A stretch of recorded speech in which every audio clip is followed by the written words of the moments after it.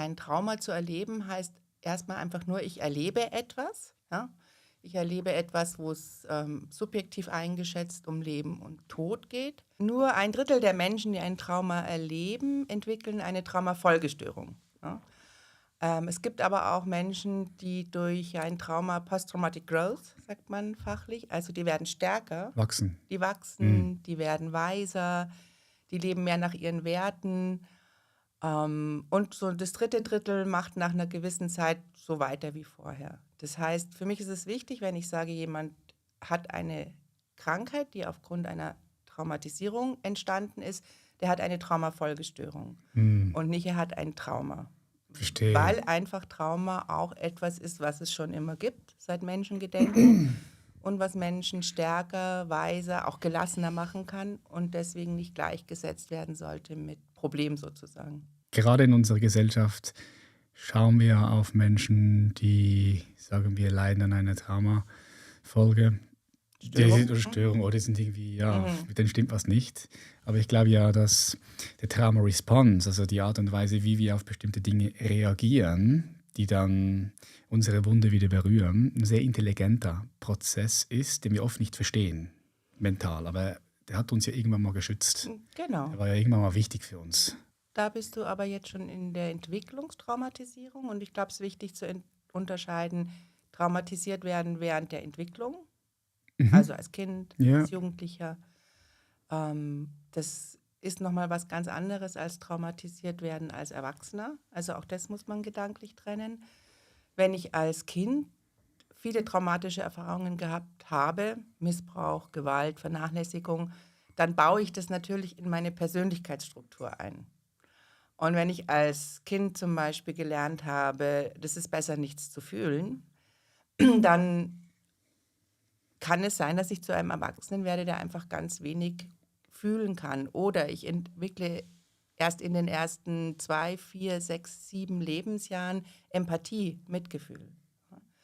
Und wenn ich einen Dreijährigen genug traumatisiere, wie zum Beispiel Kindersoldaten, dann hatte dieses Kind nicht die Möglichkeit, Empathie, Mitgefühl zu erwerben. Und wir finden sehr, sehr viele Täterbiografien, wo einfach frühe Traumatisierungen stattgefunden haben. Also das heißt, dann hat natürlich Trauma eine ganz viel stärkere Auswirkung auf die gesamte Persönlichkeitskonfiguration, auf die Persönlichkeitsstruktur.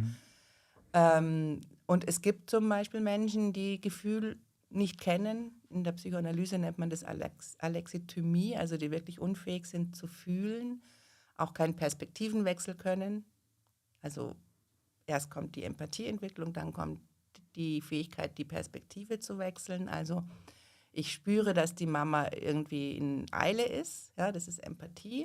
Und wenn ich aber jetzt unbedingt ein Eis möchte, weil mir heiß ist und ich spüre, dass die Mama in Eile ist und ich versetze mich in die Mama rein, dann, wenn ich Perspektiven wechseln kann, muss ich auch nicht traurig oder sauer oder sonst irgendwas sein, sondern dann verstehe ich das, dass das jetzt nicht geht.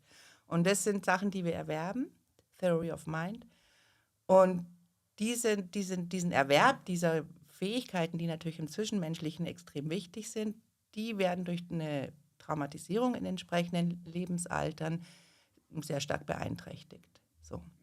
Was sind das für Traumatisierungen? Das sind dann schon ein bisschen, du hast gerade angesprochen, Kindersoldaten. Das ist schon ein Ja, schweres Geschütz dann. also ich finde es wichtig, wenn man in dem Bereich Trauma wissenschaftlich arbeitet, dass man Trauma wirklich als eine außergewöhnliche Erfahrung sieht, die aber in der Entwicklung natürlich auch eine extreme Vernachlässigung sein kann. Ja, ein junger Mann, der als Kind mit 5 Jahren tagelang seinen dreijährigen Bruder versorgt hat, weil die Mutter auswärts berufstätig war. Ja. Mhm. Also wirklich maximale Vernachlässigung. Dann natürlich alle körperlichen Gewalterfahrungen, alle sexualisierten Gewalterfahrungen sind Traumata für Kinder und Heranwachsende. Aber es ist eben nicht sowas wie Mobbing in der Schule oder Trennung der Eltern. Da würden wir fachlich vom kritischen Lebensereignis sprechen. Okay, das heißt, da gibt es jetzt rein wissenschaftlich, fachlich gesehen klare Linien und Grenzen, Ja, weil ich höre ja auch immer wieder oft, bin da auch selbst drin in diesen Bereichen, wo man sagt, schau, wenn die Überforderung sehr stark war. Mhm. Und mein Nervensystem hatte keine Ressourcen, diese Überforderung zu regulieren, Mhm.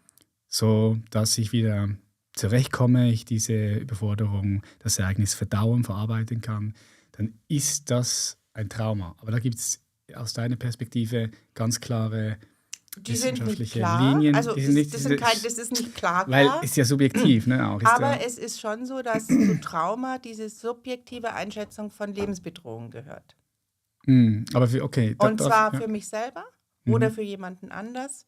Das würde man dann Bystander nennen. Also ich sehe, wie mein Bruder fast totgeprügelt wird als Mädchen, die nicht angefasst wird vom Vater, gibt es ja häufig. Mhm. Dann wäre ich Bystander.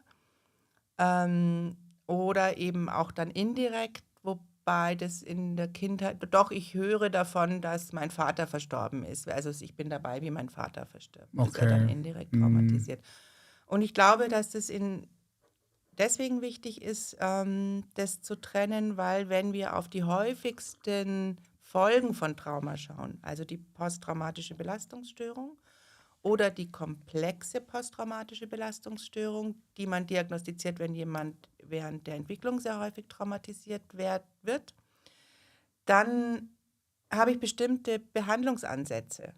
Und die sind einfach anders als ein Behandlungsansatz, wo es sehr stark um den Selbstwert geht zum Beispiel oder um eben soziale Ängste.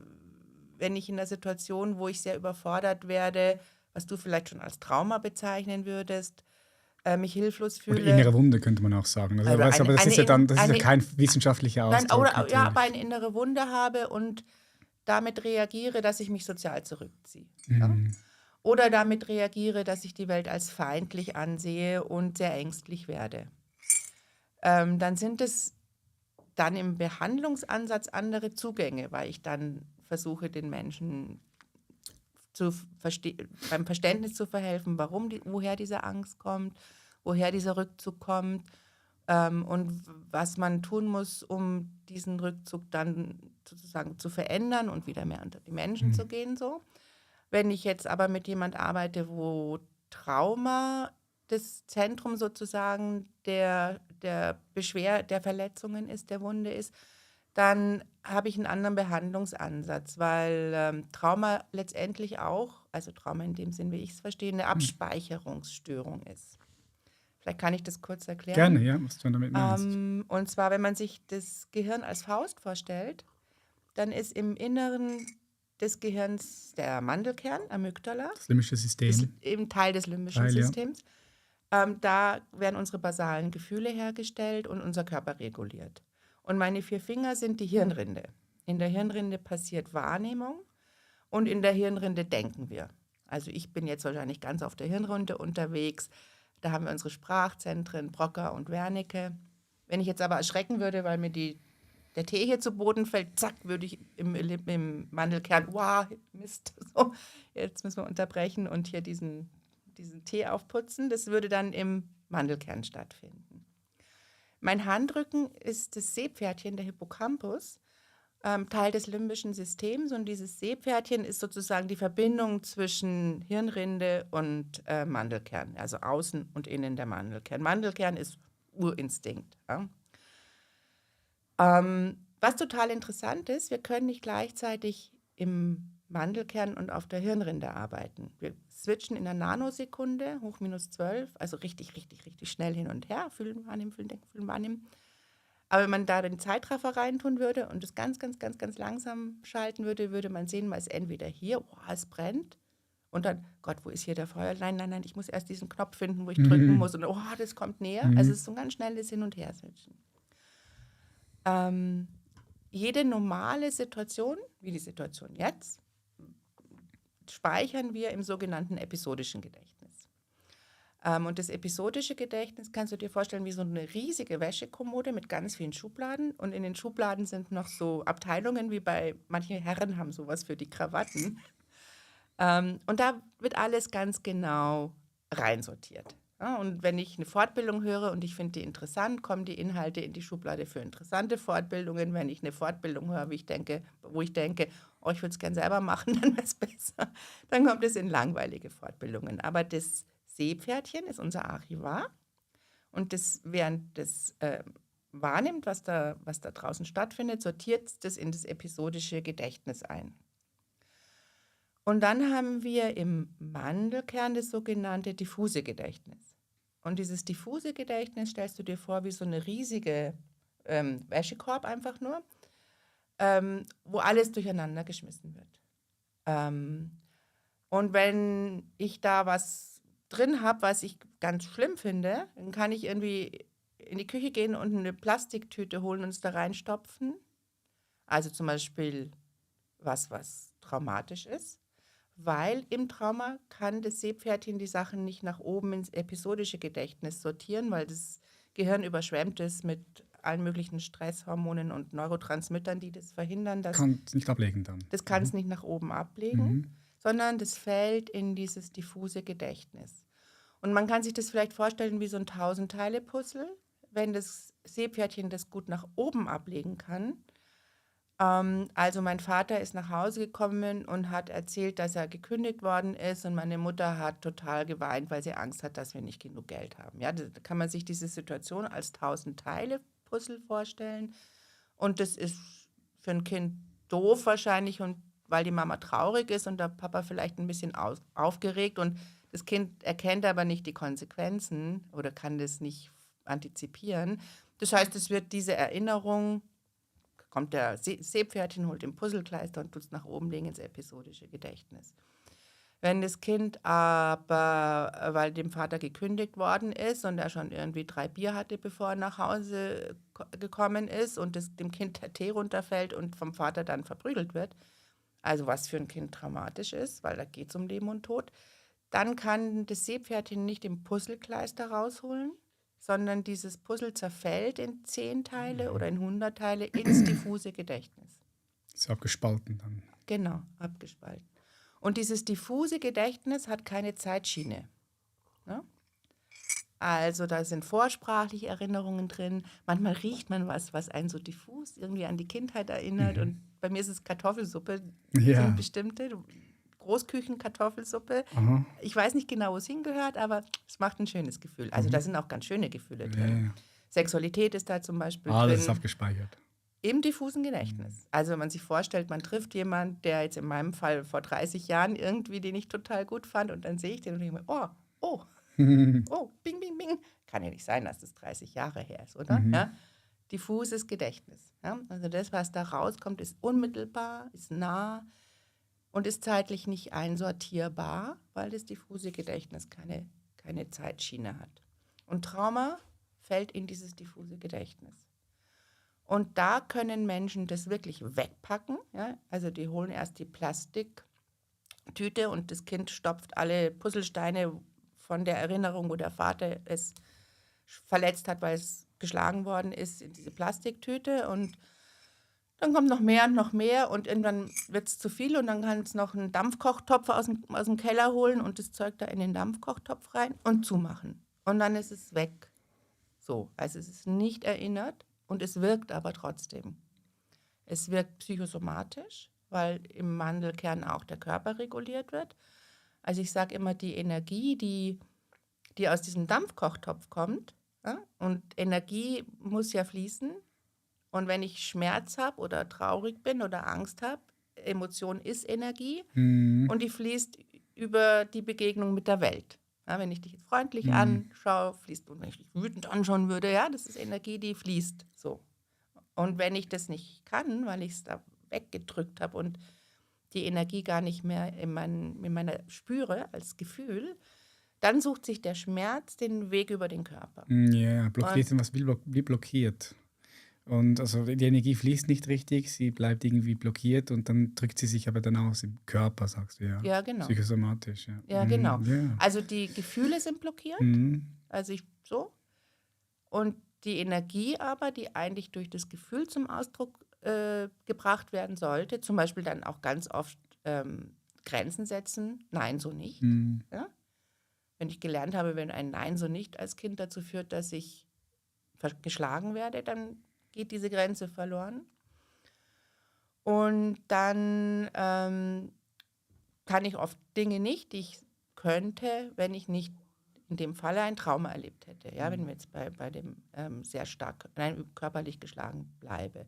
Und der Schmerz aber, der eigentlich da ich wurde von meinem Vater halbtot geschlagen liegen würde, wenn ich ihn spüren könnte, wenn ich es nicht weggepackt hätte im diffusen Gedächtnis, sucht sich sehr häufig dann den Weg über den Körper, also mit Schmerzstörungen, Herz-Kreislauf, Magen-Darm, Haut, alles, was man eben so als psychosomatische Erkrankungen kennt.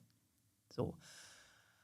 Und weil die Erfahrung eines Trauma, ob es jetzt in der Kindheit ist oder im Erwachsenenalter, also praktisch eine Abspeicherungsstörung ist, auf so einer körperlichen Ebene, ja, ist der Behandlungsansatz ein anderer, als wenn jemand Ängste hat, Depressionen hat, wenig Selbstwert hat, also all die anderen psychischen Prozesse, die entstehen können, wenn Kindern Leid zugefügt wird.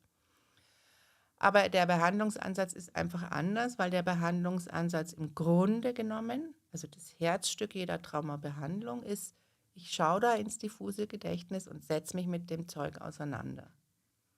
Und setze das Puzzle zusammen, so, und kann es dann in die Schublade Schläge von meinem Vater oder in dem Bereich, wo ich jetzt fast nur noch tätig bin, bei den tätigkeitsbedingten Traumatisierungen, der Tag, an dem das Kind gestorben ist, weil wir nicht intubieren konnten.